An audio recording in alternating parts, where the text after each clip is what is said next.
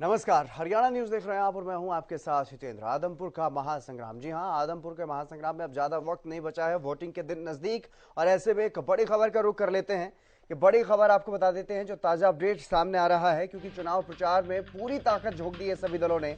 आदमपुर में चुनाव प्रचार जोरों पर है और सभी पार्टियों ने अपनी पूरी ताकत लगाई हुई है।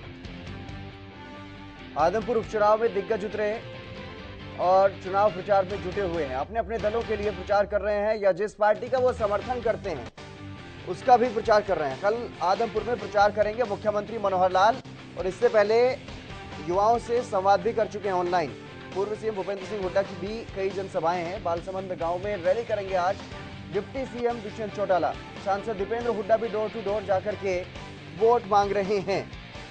कांग्रेस उम्मीदवार के पक्ष में वोटों की अपील कर रहे हैं उदय भान। सिरसा विधायक गोपाल कांडा ने भी भव्य बिश्नोई के लिए प्रचार किया है। वरिष्ठ बीजेपी नेता गोविंद कांडा ने भव्य की जीत का दावा किया है। आज अरविंद केजरीवाल ने अपना दौरा रद्द कर दिया है, यह भी एक बड़ा अपडेट है। केजरीवाल का बालसमंद गांव में रोड शो होना था लेकिन उसे रद्द कर दिया गया है। और आदमपुर उपचुनाव में कल चुनाव प्रचार का अंतिम दिन। उपचुनाव में 3 नवंबर को वोटिंग होगी, 6 नवंबर को आएंगे नतीजे। तो ये अलग अलग जो तस्वीरें अलग अलग जगह से जिस तरीके से लगातार चुनाव प्रचार अभियान को अपना जोर दिए हुए हैं सभी दल, और सभी दलों की तरफ से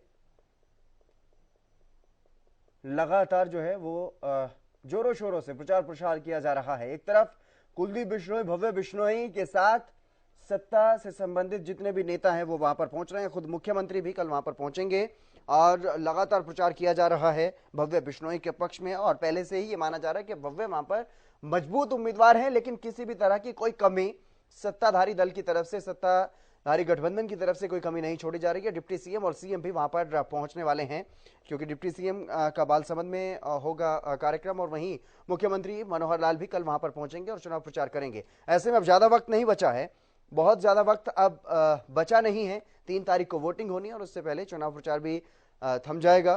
तो ऐसे में अब वहां पर पूरी ताकत सभी दलों ने झोंक दी है। ज्योति सांगवान हमारी संवाददाता हमारे साथ जुड़ गई हैं, मेरी सहयोगी हैं। ज्योति, क्या कुछ जानकारी है? फिलहाल आप आदमपुर में पहुंची हुई हैं, क्या कुछ आबो हवा वहां की दिखाई दे रही है? जी हितेंद्र, देखिए अभी चूंकि चुनाव प्रचार जो है वो अंतिम पलों में है। आज का दिन है और आज तमाम जगह तो है ही मैदान में, सभी पार्टियों के दिग्गज मैदान में है। जैसा कि आप भी जानकारी दे रहे थे कि डिप्टी सीएम साहब की कार्यक्रम, और कल की हम बात करें तो कल खुद सीएम पहुंचेंगे आदमपुर के अनाज मंडी में। उनकी ओर से रैली को संबोधित किया जाएगा। भव्य के पक्ष में जाहिर हितों की अपील करेंगे। कैबिनेट के कई मंत्री उनके साथ मौजूद रहेंगे और साथ ही कुलदीप बिश्नोई और उनके बेटे और उम्मीदवार भव्य बिश्नोई भी उनके साथ उपस्थित रहेंगे। इससे पहले सीएम के ही कार्यक्रम की बात करें तो एक वर्चुअल संवाद भी वो आदमपुर के युवाओं के साथ कर चुके हैं। तो ने पूरा जोर लगा रखा है और भव्य बिश्नोई, हालांकि उनकी भव्य जीत होगी गठबंधन का दावा है, लेकिन किसी भी तरह का रिस्क लेने के मूड में सत्ताधारी पार्टी या फिर कुलदीप बिश्नोई परिवार नहीं नजर आता। तो यही कारण है कि तमाम जो स्टार प्रचारक हैं वो लगातार कैंपेनिंग कर रहे हैं। कल सीएम पहुंचेंगे, सीएम के दौरे को लेकर भी दावा है कि सीएम जैसे ही आएंगे भव्य बिश्नोई को और जो गठबंधन की जो भी दावेदारी है उन दावेदारियों को और प्रचार को बल मिलेगा। साथ ही आपको ये भी बता दें, तमाम दिग्गजों के साथ एचएलपी सुप्रीमो और पूर्व गृह राज्य मंत्री गोपाल कांडा भी मैदान में है। उनकी ओर से भी कैंपेनिंग की जा रही है, वो भी लगातार प्रचार कर रहे हैं। तो गठबंधन के तमाम नेता प्रचार कर रहे हैं, सीएम से लेकर डिप्टी सीएम, जो प्रभारी जिनकी ड्यूटी लगाई गई है कैबिनेट मंत्री जेपी दलाल, उनसे भी हमने बात की है, क्योंकि रैली स्थल पर रैली की तैयारियां तमाम की जा रही है। तो देखिए दावा ये है कि भजनलाल परिवार एक बार फिर से इतिहास को दोहराएगा। लेकिन जेपी भी, जो कि कांग्रेस का दावा है, जेपी चुनाव जीतेंगे, दावा तो ये है, लेकिन एक मुकाबला नजर आता है। गठबंधन का कहना ये है कि केवल मार्जिन की लड़ाई है।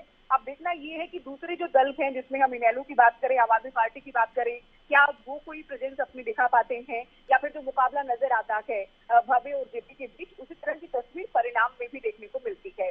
तो हितेंद्र, कुल मिलाकर मुकाबला बेहद रोचक नजर आता है। इस बार आदमपुर सत्ता के साथ जाएगा, ये कुलदीप बिश्नोई का दावा है कि बहुत सालों से चूंकि विपक्ष के साथ रहा या सरकार के खिलाफ रहा, तो उतना विकास नहीं हो पाया जितना अपेक्षित था या फिर आदमपुर का होना चाहिए था। इस बार आदमपुर उपचुनाव के माध्यम से सरकार के साथ जाएगा। ये लगातार बिश्नोई दावा कर रहे हैं और जो बीजेपी है वो भी बार बार ये कहती है कि इस बार सरकार के साथ आदमपुर चलने वाला है। हालांकि डिसाइड करना कि आदमपुर के वोटर्स को जब 3 तारीख को वोटिंग होगी और 6 तारीख को परिणाम पूरे हरियाणा के सामने होगा। उससे पहले कल की हम बात करें, कल हितेंद्र चुनाव प्रचार का अंतिम दिन रहेगा और कल अब तक का सबसे अधिक प्रचार सभी दलों की ओर से देखा जाएगा। जी बिल्कुल, आप बने रहिए ज्योति हमारे साथ कुछ और मेहमान भी जुड़ गए हैं। बजरंग दास गर्ग जी हैं कांग्रेस से, विजेंद्र रेडू जी हैं इनेलो की तरफ से प्रवक्ता जुड़ गए हैं हमारे साथ। आप दोनों मेहमानों का भी स्वागत है। सबसे पहले बजरंग दास गर्ग जी, मैं आपके पास ही आना चाहूंगा क्योंकि सत्ताधारी गठबंधन के साथ बीजेपी जेजेपी के सामने आपका मुख्य मुकाबला माना जा रहा है और ऐसे में अब कहां देख रहे हैं अपने आप को, क्योंकि पूर्व मुख्यमंत्री और नेता प्रतिपक्ष भूपेंद्र सिंह हुड्डा ये कहते हुए भी दिखाई दे रहे हैं वहां कि आप एक वोट डालेंगे लेकिन जाएगा 2 लोगों को, एक भूपेंद्र सिंह हुड्डा को और दूसरा जेपी को। बजरंग जी देखिए हितेंद्र जी, चुनाव इस टाइम क्लियर हो चुका है जी, जनता का मन बन चुका है और जनता कांग्रेस पार्टी के प्रत्याशी भाई जयप्रकाश को भारी बहुमत से जिताने जा रही है, इसमें कोई दो राय नहीं है। 8 साल का जो भारतीय जनता पार्टी का कार्यकाल रहा, सबको पता है 8 साल में आदमपुर हलके के अंदर विकास नाम के कोई काम नहीं हुआ, सड़कें टूटी पड़ी है, पीने की पानी की व्यवस्था नहीं है, गंदगी के जगह जगह ढेर लगे हुए हैं। आपकी बहुत सीनियर रिपोर्टर ज्योति जी गई हुई है, वो अगर कैमरा घुमा के देखेंगे शहर के अंदर तो पता लग जाएगा आदमपुर का हाल बद से बदतर, गांव से भी बुरा हाल आदमपुर शहर का है। क्योंकि मैं प्रॉपर हिसार का हूं और आदमपुर से मेरा घर घर पारिवारिक संबंध है, इसलिए मैं बताना चाहता हूं। ये कुलदीप बिश्नोई ये खुद कहता था भी 8 साल के अंदर भारतीय जनता पार्टी ने हरियाणा का विनाश किया है, विकास नहीं किया। और यहां तक भी कहा था हरियाणा पूरे देश के अंदर सबसे कमजोर, सबसे बोधा मुख्यमंत्री कोई है तो मनोहर लाल खट्टर है। और यहां तक कहा था कि भाई किसी पे विश्वास कर लेना, ये भारतीय जनता पार्टी सबसे झूठी पार्टी है, इस पर विश्वास नहीं करना। जब कल मुख्यमंत्री जी आएंगे, मैं ये पूछना चाहता हूं, कल मुख्यमंत्री किस नाम से वोट मांगेंगे? इस नाम से वोट मांगेंगे 8 साल हमने काम नहीं करवाया, 2 साल में हम काम करवाएंगे, इस नाम का वोट मांगेंगे?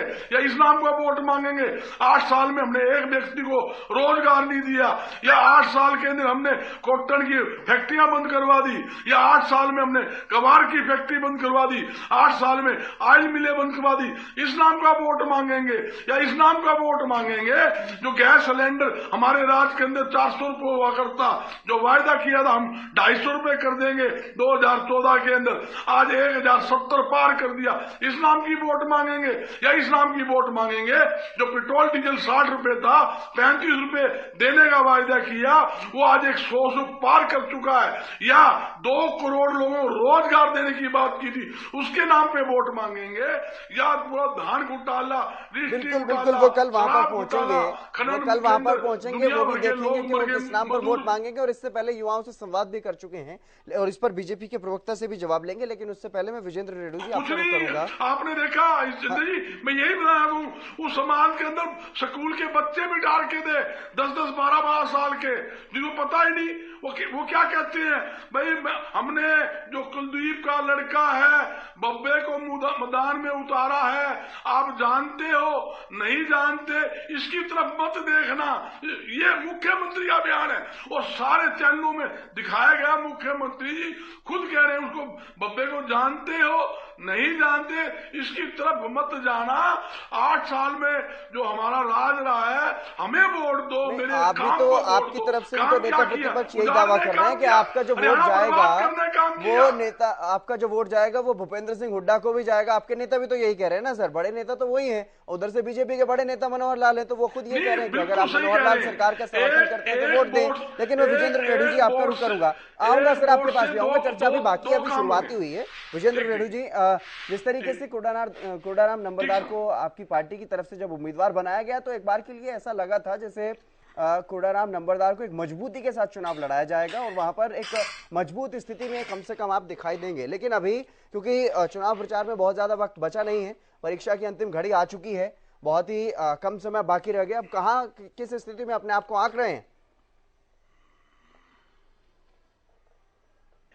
देखिए हितेंद्र जी, बिल्कुल कोरडाराम जी एक मजबूत उम्मीदवार हैं और इलेक्शन भी बड़ी मजबूती के साथ लड़ा जा रहा है। अभय सिंह चौटाला ने पूरी एक अच्छी रणनीति के तहत इलेक्शन को चलाया हुआ है और बहुत ही मजबूती के साथ चला हुआ भी है।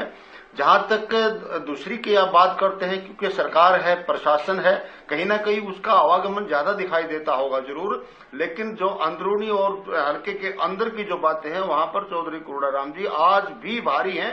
मैं निवेदन करना चाहूंगा हरियाणा गवर्नमेंट से कि उपचुनाव में जो अनुचित साधन है उनका प्रयोग ना किया जाए और एक सच्ची ईमानदारी से इलेक्शन लड़ते हैं तो चौधरी कोरडाराम जी आज भी बहुत मजबूत पड़ते हैं। जिस प्रकार से बजरंग दास गर्ग जी ने प्रदेश लेवल की बातें आपके समक्ष रखी, एक बात स्पष्ट कर दीजिए, क्योंकि आप जो बात कह रहे हैं वो थोड़ी घुमा फिरा के कह रहे हैं, सीधा सीधा कहिए, क्या कुछ अनुचित ऐसे साधनों का इस्तेमाल हो रहा है जो अनुचित है, जो आचार संहिता का उल्लंघन है, तो वो खुल करके कह दीजिए जो भी आपको आरोप लगाना है, जिस तरीके से बजरंग दास गर्ग जी ने कहा।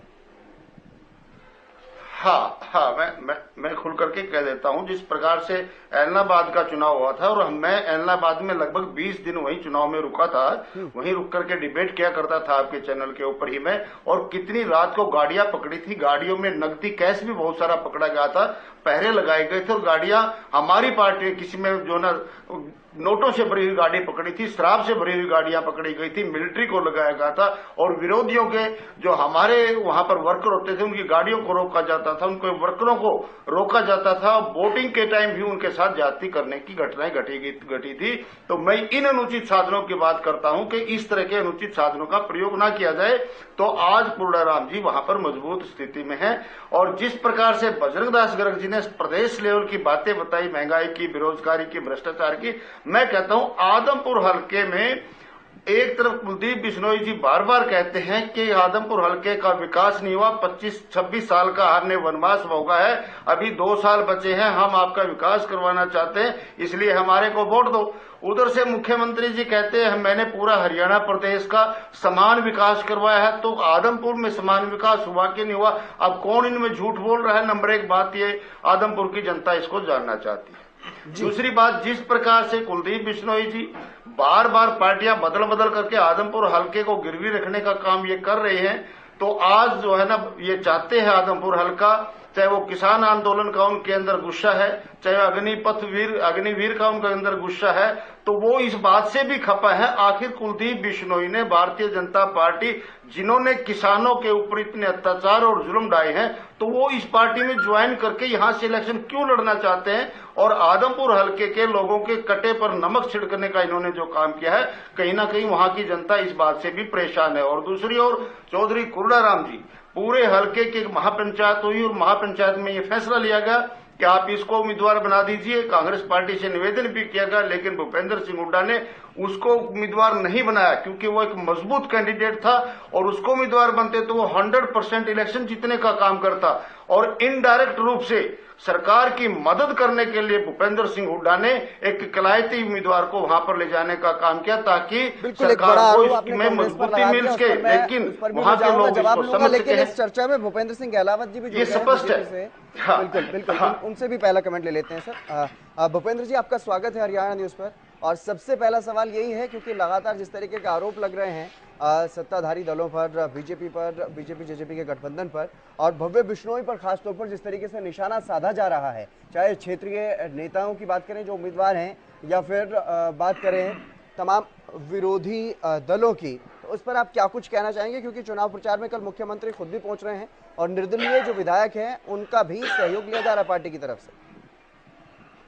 चलिए फिर से जुड़ने की कोशिश करेंगे। भूपेंद्र सिंह गहलावत जी शायद हमारे साथ नहीं है, लेकिन बजरंग दास गर्ग जी एक बड़ा आरोप लगाया आप पर विजेंद्र रेड्डी जी ने, आपने सुन लिया होगा कि कहीं ना कहीं अप्रत्यक्ष रूप से आपने भी सत्ताधारी दल का यहां पर सहयोग करने का काम किया है।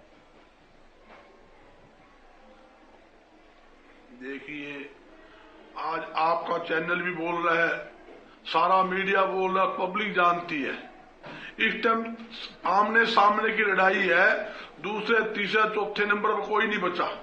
इस टाइम कहानी क्या है, कांग्रेस वर्सेस कुलदीप, भारतीय जनता पार्टी भी नहीं है। मैं आपको बताना चाहता हूं, क्योंकि ये भारतीय जनता पार्टी भी इसको नहीं मानती कुलदीप को कि ये भाई भाजपा का कैंडिडेट जरूर बन गया है।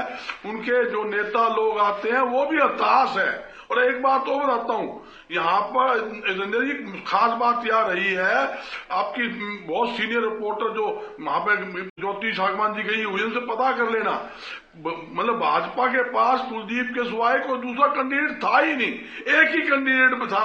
लोग सारे भगदड़ ऐसी मची, जैसे कुलदीप जी ज्वाइन की, सारे भारतीय जनता पार्टी ने, वर्करों ने, नेताओं ने पार्टी छोड़ के कांग्रेस पार्टी ज्वाइन कर ली। इनके पास तो कोई बचा नहीं, इनके पास भजनलाल एंड कंपनी यानी कुलदीप एंड कंपनी बची है, जो अपने आप को वो बड़ा सुपर समझता है। अभी मैं ही हूं, आदमपुर हल्का मेरा गिन भी रखा हुआ है। लगातार जनता ने लगातार चौधरी भजनलाल जी को जिताया, कांग्रेस के प्रत्याशी के रूप में जिताया। कांग्रेस का वो गढ़ है, कांग्रेस का प्रत्याशी भारी बहुमत से जीतेगा, इसमें कोई दो राय नहीं। और मेरे साथ तो जो रेड्डी जी ने बात कही, जो कूड़ा राम नंबरदार जो कैंडिडेट है, वो हमारा साथी है, हमारा परिवार का मेंबर है, और उसकी आस्था हमेशा कांग्रेस के साथ रही। 40 साल से कांग्रेस के अंदर था। अब मैं आपको एक बात और नहीं बताना चाहता हूं, चुनाव हो जाने दो, उसके बाद कूड़ाराम नंबरदार कांग्रेस में ही आएगा।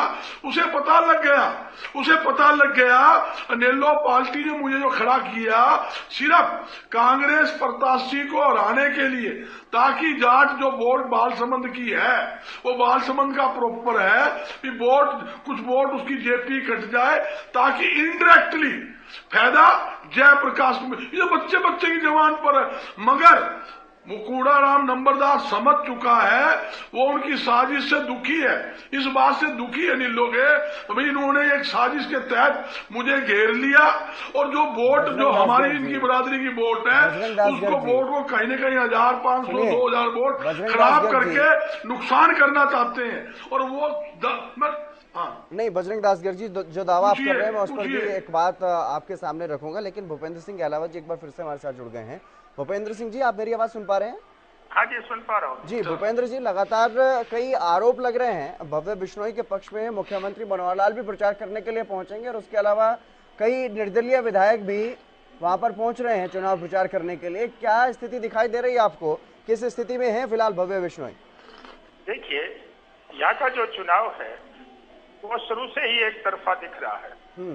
ये जो कांग्रेस की बात करते हैं थोड़ा बहुत, ये 2-3 हजार लोग बाहर से, कलोई से या रोहतक एरिया से इनके साथ आए हुए हैं, और जब प्रचार बंद हो जाएगा, ये वापस चले जाएंगे, तो ये शून्य हो जाएंगे।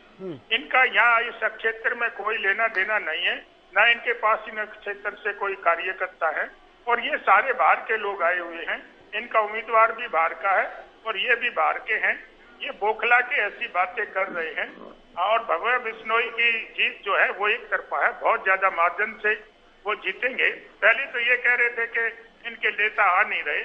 हमारे नेता तो माननीय मुख्यमंत्री जी एक ही जनसभा को संबोधित करेंगे, और वो एक तरफा चुनाव पहले भी है, और उसमें ज्यादा जोश आ जाएगा, और हमारे वर्कर ज्यादा जोश के साथ काम करेंगे।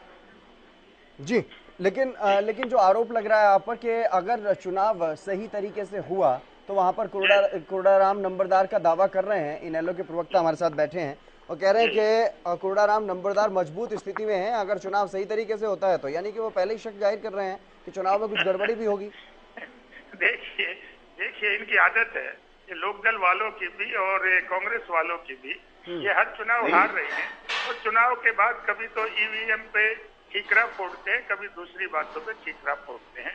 इनके पास कहने को कुछ भी नहीं है, बिल्कुल फेयर तरीके से चुनाव होगा, और हम किसी किस्म की गड़बड़ी ना हमारी पार्टी की तरफ से होगी, और कोई पार्टी करने की कोशिश करेगी तो ना बर्दाश्त करेंगे, और बिल्कुल निष्पक्ष तरीके से बहुत स्मूथली चुनाव होगा। झगड़ा तो वो लोग करते हैं जो हार की तरफ जाते हैं, वो खिलाए हुए आ सकते हैं। हमारा तो बहुत ही एक तरह से हमारी तो वोटों से जीत होनी। जी बिल्कुल आ रहा हूँ विजेंद्र रेड्डी जी, आपके पास भी आ रहा हूँ, लेकिन जो आरोप लगा रहे थे बजरंग दास गर्ग जी कूड़ाराम नंबरदार पर, उस पर एक बार उनकी और एक प्रतिक्रिया ले लेता हूँ। बजरंग दास जी, जिस तरीके से आप कह रहे थे कि वो परेशान हो चुके हैं इनेलो से, तो आप जाइए उनके पास, उन्हें मनाइए, उन्हें कहिए कि जेपी का समर्थन करें। बजरंग दास जी, मैं यही बताना चाहता हूँ, एक तो मेरे साथी भूपेंद्र जी ने कहा, एक बात उनका जवाब भी हल्का से दे देता हूँ। उन्होंने कहा भी कैंडिडेट बाहर का लिया है जयप्रकाश। इनको पता होना चाहिए 3 बार यहाँ से आदमपुर से एमपी बन चुका है, सांसद बन चुका है, केंद्र में मंत्री रह चुका है। ये जयप्रकाश आदमपुर संसदीय बिल्कुल गलत नहीं कर रहा। 100% आंकड़ा 100%। अरे भैया बजरंग दास जी आदमपुर बाद में गया। भूपेंद्र जी आप गलती में भूपेंद्र जी ये बाद में गया है भिवानी में। इससे पहले आदमपुर हिसार में था, ये भिवानी में गया है, ये बाद में गया है, बंसीलाल के राज में गया। मेरे से आंकड़ा लो आप। मैं सुनो दूसरी बात सुनो तो भूपेंद्र सुनिए, जहाँ आपने कहा बाहर का, अरे तो आप तो विदेश का विदेश से कैंडिडेट ढाला है जिसका आदमपुर से कोई लेना देना नहीं है। बब्बे बिश्नोई कभी आदमपुर में रहा, कभी आदमपुर में सोया, कभी आदमपुर जनता से मिला। एक बार लोकसभा चुनाव लड़ा था, वहां पे क्या हुआ था? 25,000 ज्यादा वोटों से आदमपुर से ये बब्बे बिश्नोई आ रहा था। ये आपको ठीक है, आप इस तरह के आरोप लगाइए, कोई बात नहीं है, लेकिन उसमें जवाब तो दे दीजिए आप जिसकी बात आप कर रहे थे, जिनको आप भाई बता रहे थे, जिनको आप ये कह रहे थे कि वो चुनाव के बाद आ जाएंगे, अभी इनेलो से परेशान है, उस पर तो जवाब दे दीजिए। उनको जाकर के क्यों नहीं मना लेते, क्यों नहीं कह देते कि वो जेपी के साथ खड़े हो जाए? अभी दावे के साथ कह रहा हूं, उनके साथ एक बहुत बड़ा धोखा हुआ है। उनको सब पता लग चुका है, क्योंकि ना तो इनेलो कोई वर्कर काम कर रहा है, ना इनेलो की कोई वहां वोट है, ना कोई लेना है ना देना है। उनको पता लग चुका। वही कह रहा हूँ ना बजरंग दास जी, अगर उनके साथ मान लीजिए 2-4 हजार वोट या 10,000 वोट अगर कुछ भी है उनके साथ, अगर कुछ भी है उनके साथ, तो उसका फायदा कांग्रेस को ही मिलेगा। मना तो लीजिए।